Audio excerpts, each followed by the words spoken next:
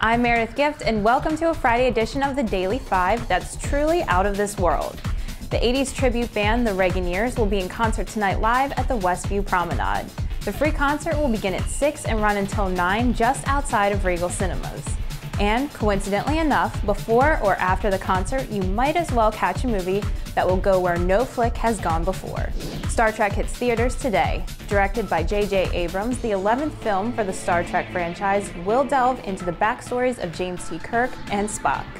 It's hard to imagine Kirk being played by anyone other than William Shatner, but the movie has been getting largely positive reviews nonetheless. And for all the faithful Trekkies out there who have always dreamed of traveling faster than the speed of light, just like the crew of the Starship Enterprise get to do, scientists may have some good news for you. Star Trek-style warp drive will be tough to pull off, though it may not be impossible. Physicists have a lot of questions about space-time travel, and while the answers they come up with may not ultimately lead to warp speed right now, they're still hopeful that they could find the technology that would allow us to jet between the stars for weekend getaways. How? Well, as one former NASA scientist says, the idea is that you take a chunk of space-time and move it. Sounds easy enough, right? Even Vegas is catching Star Trek fever. The Star Trek Experience, the ride at the Vegas Hilton, where visitors were able to tour the Enterprise D bridge and ride in a shuttlecraft, is scheduled to fully reopen next year.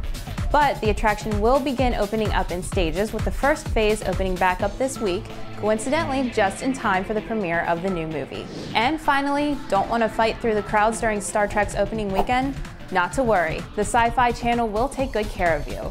The network has a Star Trek Enterprise marathon scheduled for today, followed by the movie Star Trek First Contact at 6:30.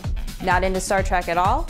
Perhaps watching the Caps go for a 3-1 lead against Pittsburgh is more up your alley. Catch Ovechkin and his squad at 7 on Versus. Well, Frederick, that's all for a Star Trek-themed edition of the Daily 5. Time for me to beam out.